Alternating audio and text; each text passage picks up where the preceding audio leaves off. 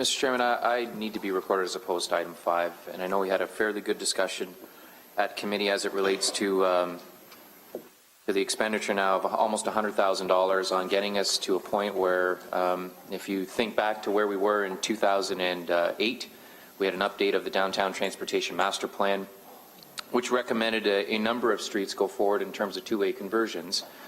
Following that, we had a study group, I believe Councillors McCaddy, Councillor Farr, and Councillor Morelli had met with a number of people who were interested in moving the two-way street issue forward.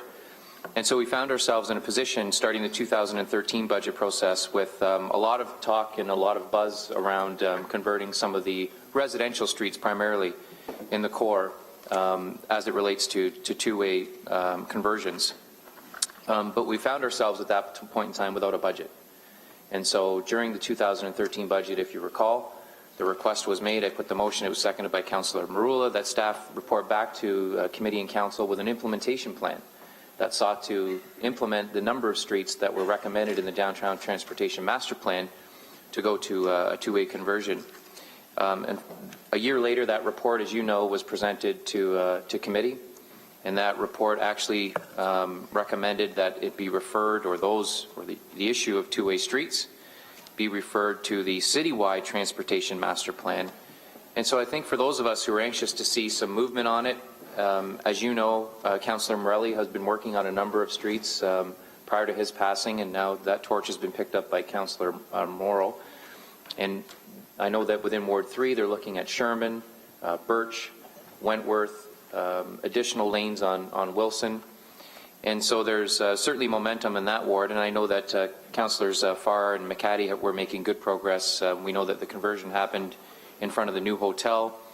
And so it's not just residents and business associations and or neighborhood associations that are asking for the two-way conversions. We've actually had specifically, we just passed one tonight on Victoria Avenue, where the investor who's investing in a very large brownfield project, multi-million-dollar development, actually asked as part of his application for the conversion of Victoria Avenue North into two-way. We know that we already had a conversion in front of the hotel downtown, Mr. Vranich's tremendous investment on Caroline Street. There was the conversion there to assist with the movement in and out of the new hotel. And so it's not just grassroots, there are actually investors who are coming into the city and asking for those conversions. So knowing that we have a plan in place, that plan is approved, and all we were lacking was certainly the budget. We certainly didn't want to end up with surprises mid-year where groups were coming forward and asking for the conversions, and our staff were bluntly saying to us, and have reiterated several times, there's nothing in the capital budget for the conversions. So the request for an implementation plan came back to us in December. That was tabled, only to come back now with a different recommendation that says we're going to study this all over again. So we're going to study everything we've already studied in the Downtown Transportation Master Plan. We're going to study everything that we've already has already been looked at least once in the citywide Transportation Master Plan. And I think we're at a point in time where at least we can start working with individual citizens and neighborhood groups to get us into a position where we're going to go from where it makes sense, one way to two-way conversions. So I'm tired of waiting for this process. We've had subcommittees that have been struck. We've had dialogue around this council. I'm waiting for someone to suggest how this is implemented and how it's affordable. There's no funding in place right now in future budget years for any of these conversions that are listed in the many reports that we have in front of us. And so we're not talking about King and Main, as you know, they were delayed. We're not talking about Bay Street. As you know, there were recommendations in the Downtown Transportation Master Plan that said we should not go forward with those streets at this point in time. However, there are some no-brainers that are currently on the table that are very inexpensive. And so I want to start moving on those, and I guess I'm tired of hearing the same old with the discussion and the debate that's gone on around the table. I understand some of the consternation when we start to talk about the mountain accesses. But there are ways and means in which to move forward on this issue while leaving some of those projects that are yet unresolved from a design or even a public consultation perspective. There are those that we can move forward with. So I'm not interested in spending $100,000 to talk about this again, to study it again, to bring people from across the community into a room to show them exactly the reports that we've seen, and I know what the recommendation is going to be. Come up with some kind of an implementation plan and funding, which is exactly where we are today. So with that said, Mr. Chairman, I can't in good conscience support number 5, and I'd like to be recorded as opposed. Thank you, Councillor Collins. Councillor Clark, please. Thank you very much, Mr. Chairman. I will be adding just a few comments. I agree with everything that Councillor Collins has said and have reiterated it in some form or another in the last few years. We have a number of street conversions that were already approved, and whether or not the funding's there or not, they're sitting in a docket somewhere for someone to say, convert the streets. I understand that there's some consternation across the city about the larger streets. I share the trepidations about King and Main, perhaps even Queen. But as I suggested at the GIC, I'm not sure why we're starting the study process again when we did the study, we came up with the streets that could be converted, and they're sitting there waiting to be converted, and we're not doing it, but now we're going to do more study. So it starts to look to me like it gets political. And I don't want to be sitting here saying that we just moved this off the agenda for a year because the election is coming, because that's not the case. We've already dealt with these items. So my preference again is come together as a council, acknowledge that we've already approved a number of the two-way conversions, put together some phased-in plan in terms of where the money is, that when it's going to start happening, and then once that's complete and we have a good understanding and the residents have a good understanding that the sky didn't fall and things are still working smoothly, then begin the next process, which would be looking at other streets and asking the question whether or not they want them converted also. That seems only logical to me. Try and jam it all through quickly is a problem. The second concern I have is this has been fashioned for the most part under the similar plan that we did for the area rating. And I remember it all too well because I was sitting here, and this wonderful committee did a lot of work meeting with people and coming forward with some recommendations. And when they stood here, and I'm not going to name which councillors, it was like they were in a witness stand. Instead of just hearing their advice and asking for clarification, it became them defending their position, and they're not supposed to be brought in here to defend their position. Here's their recommendation. We say yes or no, or we modify it. But to have them go through that process, it was incredibly unseemly, and I don't want any citizen to have to go through that process again. So if we're going to go through this charade, then we need to have a very clear terms of engagement where their report goes to staff and it doesn't come to council, because to have the councillors questioning them for political reasons because they don't agree with certain things, or they do, it just doesn't work. It really doesn't work. And not to mention, again, this is still redundant over what we've already done, which is what Councillor Collins' point was. So I'd encourage my colleagues across the way to consider tabling it and not proceeding with it. Not sure where it's going to go tonight on the vote, but you certainly could come back with another motion dealing with how you're going to implement what's already been approved, and I'm sure that would be very satisfactory to your constituents and to the broader community. Thank you, Councillor Clark. Councillor McCaddy. Thanks, Mr. Deputy Mayor.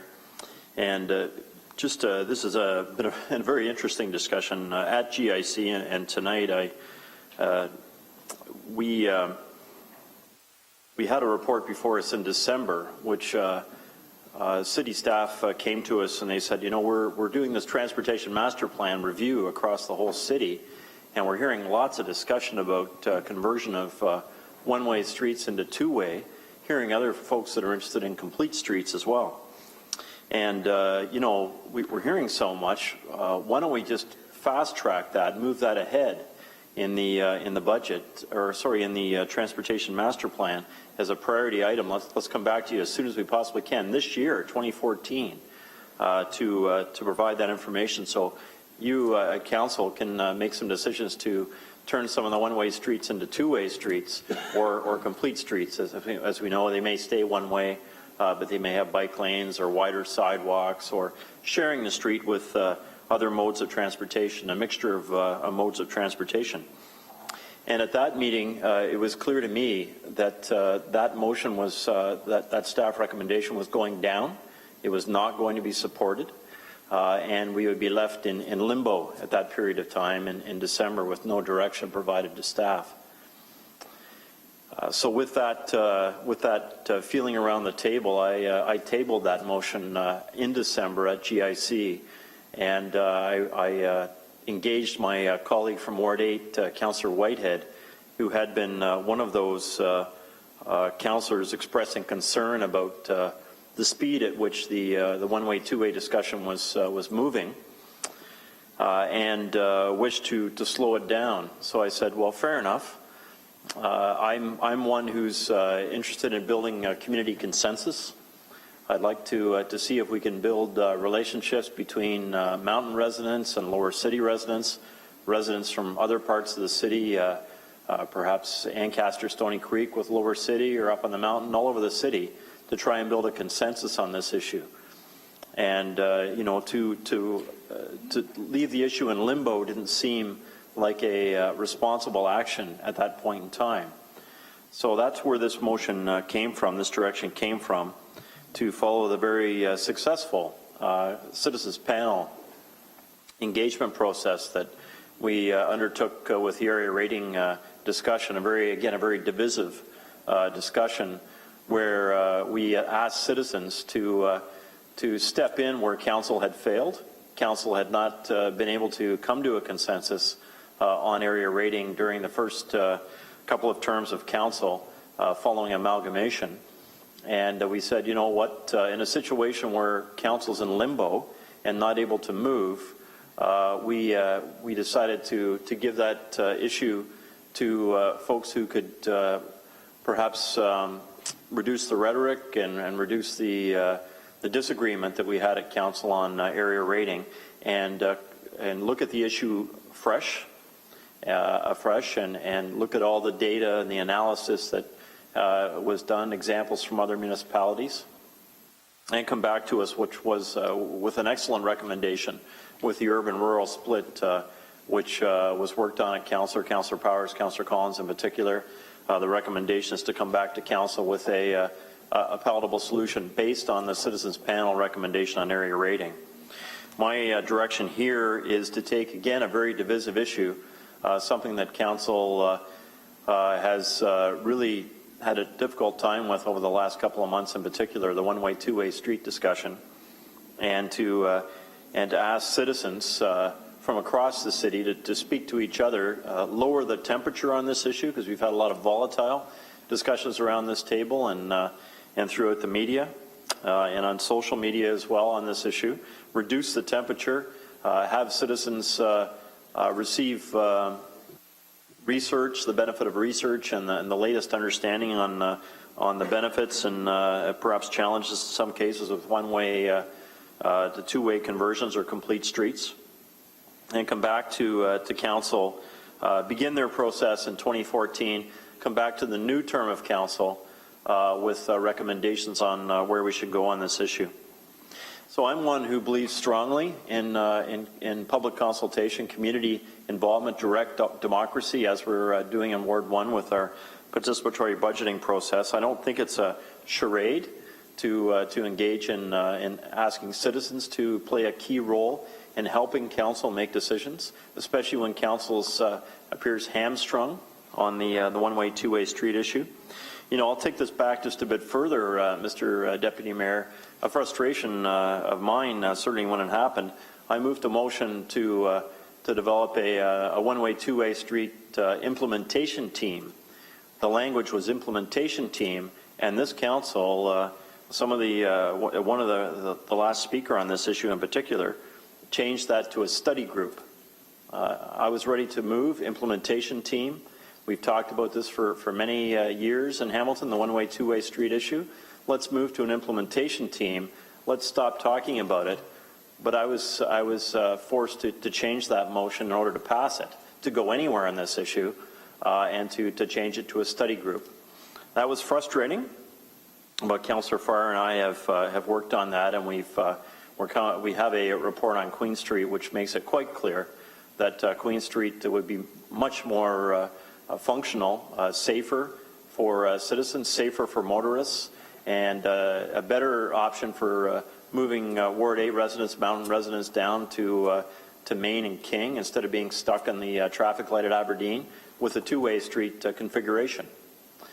But, you know, I just have a study group, so I'm not able to bring forth implementation team recommendations. And in sharing that information with Councillor Whitehead, he is still not interested in a two-way street on Queen Street, despite the benefits that we've studied in the report that was done. So that's the background on why I've come forward with this idea of going back to the citizen engagement process, the citizens panel that was so successful in the area rating issue. And sometimes we seriously need the help of citizens to move something ahead, and I think the time is now to do that. My final comment is I'm buoyed or enthused by the comments of Councillor Collins in particular, that he's keen to move some of these streets ahead in the short term.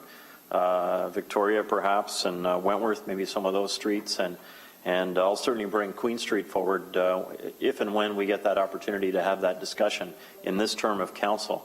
But it was clear to me that opportunity wasn't before us. So this is the direction that we're suggesting here. So, Mr. Deputy Mayor, that's the background and the reason for this motion being in front of us. Thank you. Thank you, Councillor McHattie. You have Councillor Pearson, Councillor Farr, then Councillor Clark the second time. Councillor Pearson, the floor is yours. Thank you, Mr. Deputy Mayor, and a lot has been said, and I appreciate the previous speakers, both for and against. I too am concerned about this and was not supportive of it at committee. It's another study. Right now I have a report that I think was circulated to all of us within the last day or so that shows that we've had 11 roads that have been a completed conversion starting since 2002, and we have 9 more roads on the list with average costing and timing that we still haven't done. So there is a list, and I'm sorry to say I don't believe that we have a shortage of work for our staff, that they're just sitting around waiting for more things to do.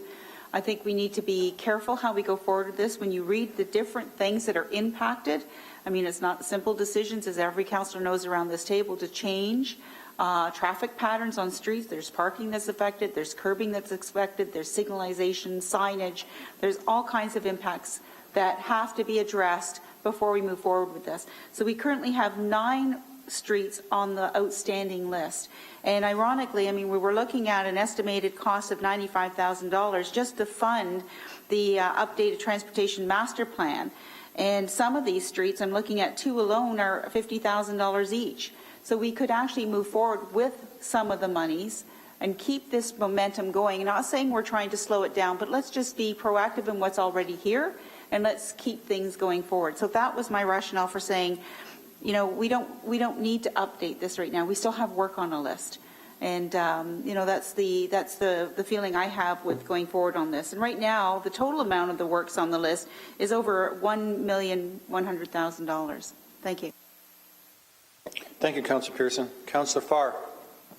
Yes, the previous speaker beat me to the punch. There are identified now since the debate, Alan Kirkpatrick sent all of us those low-hanging fruit roads, or those previously identified roads as well, from the TMP. And yeah, I was actually going to make the same point. We could probably achieve for the $95,000 2 of the 9. And Certainly from my perspective, Mr. Deputy Mayor, I kind of look at the price points on some of these conversions, and all due respect to staff, and they're much better at making estimates than I, but I'd be interested to know how much the recent McNabb Street conversion cost us. And I know certainly I did receive an estimate on another street about 2 years ago, and it was like to convert about 8 blocks was $7,000. Residential streets, but to that, I'll take it to the notice of motion that committee would recall following this debate and near the conclusion of what was a good debate at General Issues Committee on this important topic, where I'm bringing forth at our next General Issues Committee what Councillor Collins referred to as the no-brainers. So asking staff in a motion in an upcoming GIC to look at the low-hanging fruit and how we may be able to accommodate that. And that, for me, from my perspective, is in addition to the support that I had for this citizen engagement citywide. And I thought I thought hard about it. It was a tough decision to support the citywide, knowing all that we have been reminded of here tonight, that a great deal of work has been done. A number of streets have already been identified. And as it relates to impact, McNabb, it was relatively low. We actually tweaked about 2-3 weeks following the conversion, but it wasn't Pan Am Stadium. It wasn't that. It was a few calls. It was a bit of an adjustment period for some of the residents, but more were calling to say, I love it. It worked, and it absolutely was important to the implementation of the North End Traffic Management Plan, which is ongoing, as everyone around this table is aware of. So, there are no-brainers, and we could effectively tackle some of this previously identified list.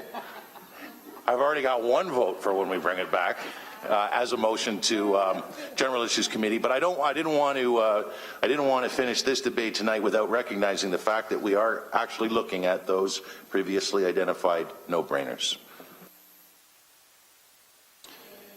Thank you, Councillor Farr. Councillor Clark. Thank you very much.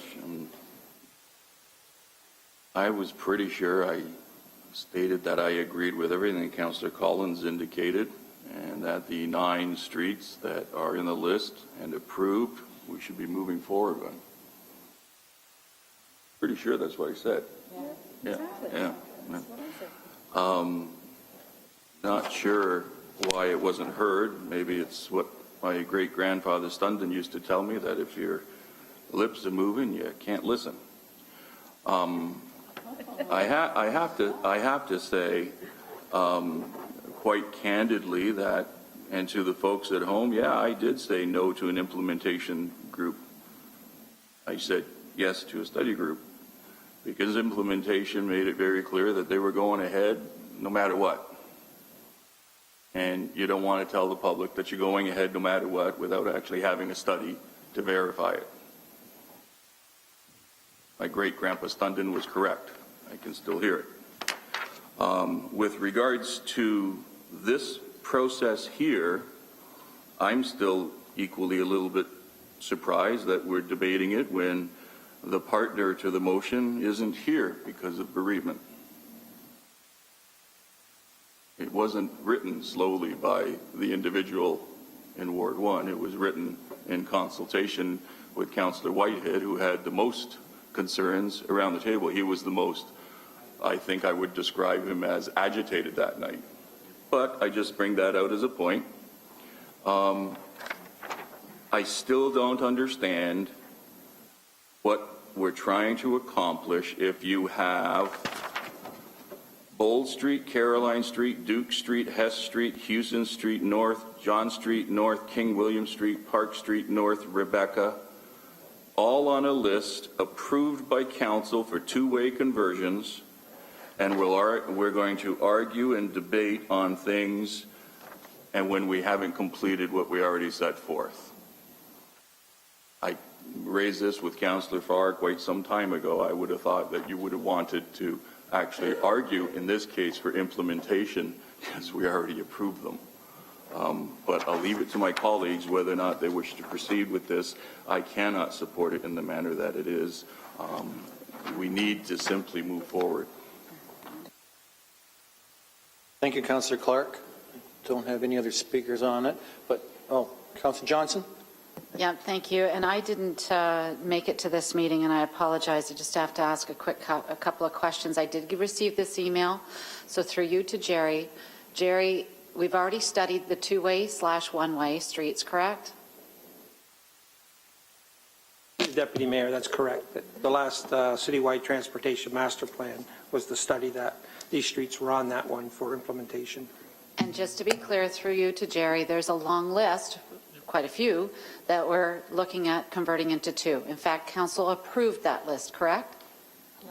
Through the chair, that's correct. Okay, so we still have some that were converted, some that still are not converted, but they are on the list to be converted, correct? Through the chair, there's a list in front of you which was approved. Right. How this all came about was the addition of further streets that weren't part of the original transportation master plan. That's how this got bundled. But these ones in front of you, as Councillor Clark indicated, they have been approved, and we work on doing them as we have the other ones. Okay, so one last question, please, through you to Jerry. So the $95,000 today that we're being asked to approve is to look at a study group, to look at more streets, or to reiterate what's already on this list? Through the chair, it's to combine this with the additional streets that are on the outstanding business list that have been put there by council throughout the last 4 years.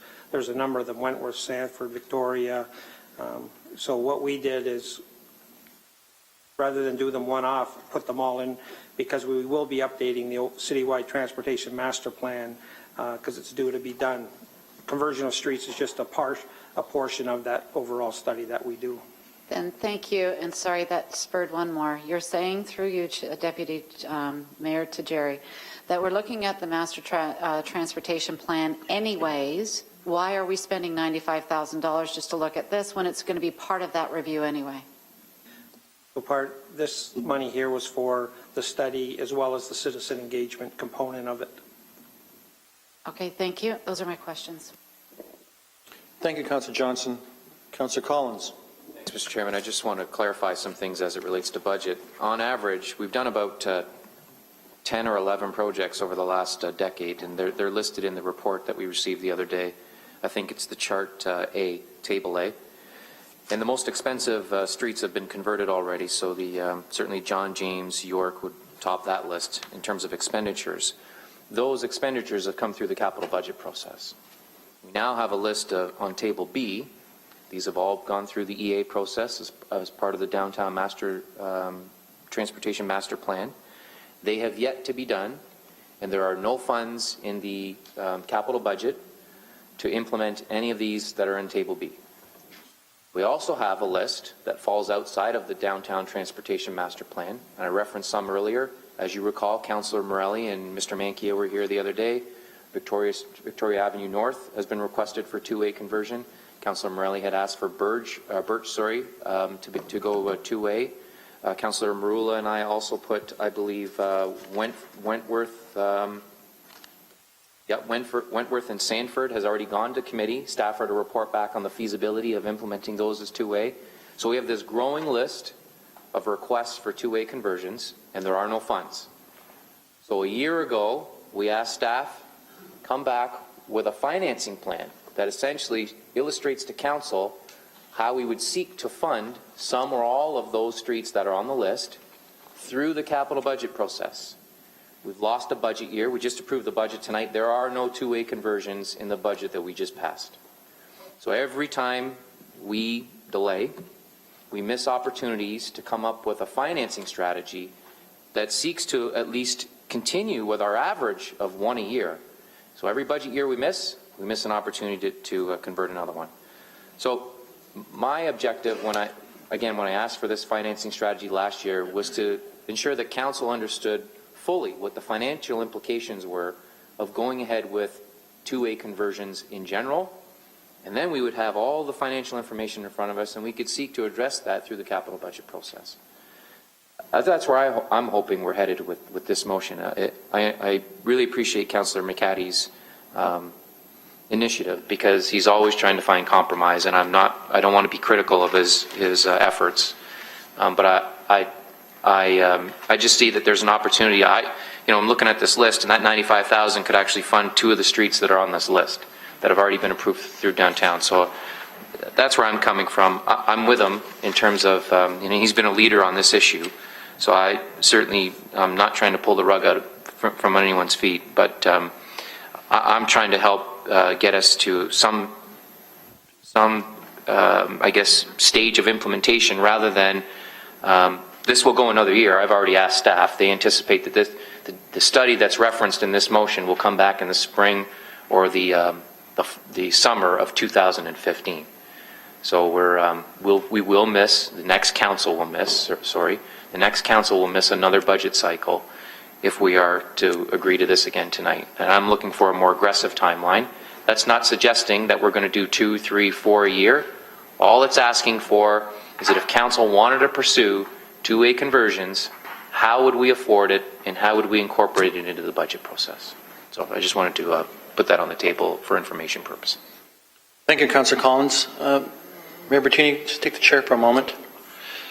And this is my perspective from the outside looking in. So from the country, come to the city, been a councillor for 7.5 years, drive the roads, but I'm seeing more and more, we talk about safe streets, and we want to convert one-way to two-way to slow traffic.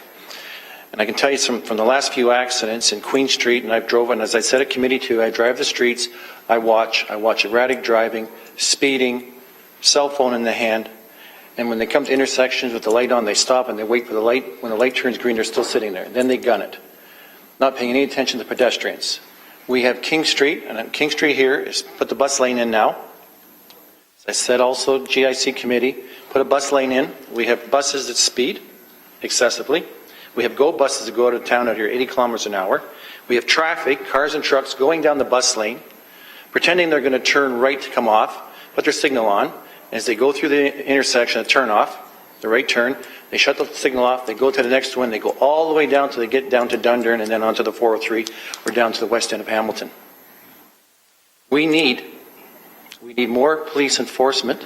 We need police out there in their SUVs where they can see the drivers on their cell phones and start charging them.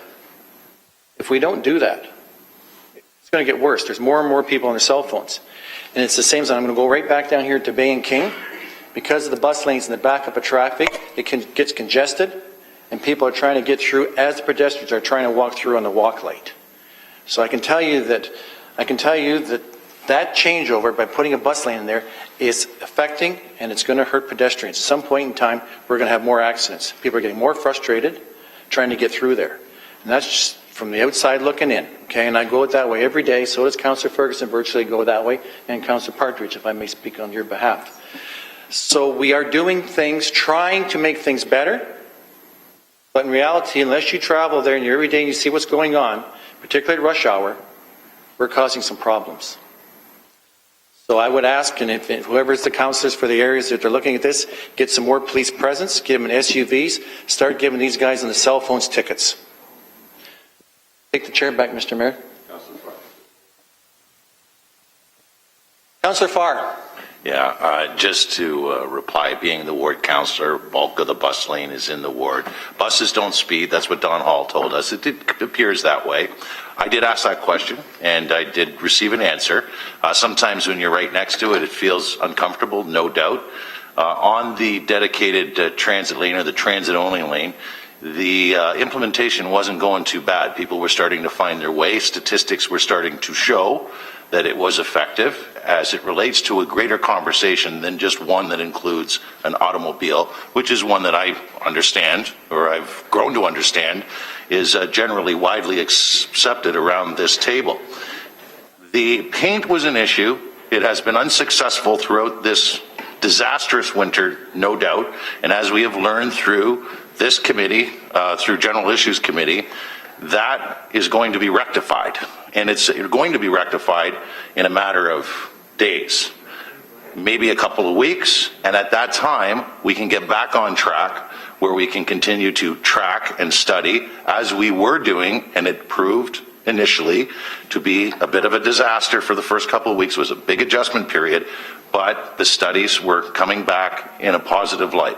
Efficiencies with bus travel time, pedestrians and businesses along the route starting to understand and appreciate and adjust, and as well the automotive traffic, which of course we measured before we implemented the transit-only lane, also beginning to adjust. Once we fix the lines and get everything back going again for this year-long project, which wraps up in the fall, so still plenty of time to get back on track, I have also been assured that the authorities will be where they needed to be some months ago before we had to take this, we see this lull in the action, and they will be enforcing accordingly. Just for the record, I've been very much on this file. I do, you know, Robert, I very much appreciate your perspectives, and I do know you commute that way back to your ward every day, and I do appreciate it, but I just wanted to update based on some of your comments where we're at with that. And buses don't speed according to Don Hall.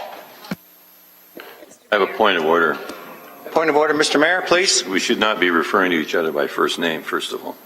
Thank you. Secondly, I would hope the councillor would ask every store that has a no bus lane sign in it to visit those stores and ask them how they're doing. Thank you, Mayor Bettino. Order, please. All in favor of item number 5. Okay. All in favor? Okay. Who's opposed? Opposed? Can we have standing recorded vote, please? All in favor, standing recorded vote? Standing, I don't know. Okay. Councillors Ferguson, McCaddy, Farr, and Marula. Opposed? Mayor Bertina, Deputy Mayor Pasuta, Councillors Clark, Pearson, Johnson, Powers, Partridge, Jackson, and Collins. Motion fails, Mr. Deputy Mayor. Motion fails. Thank you. Let's move on. Item number 6.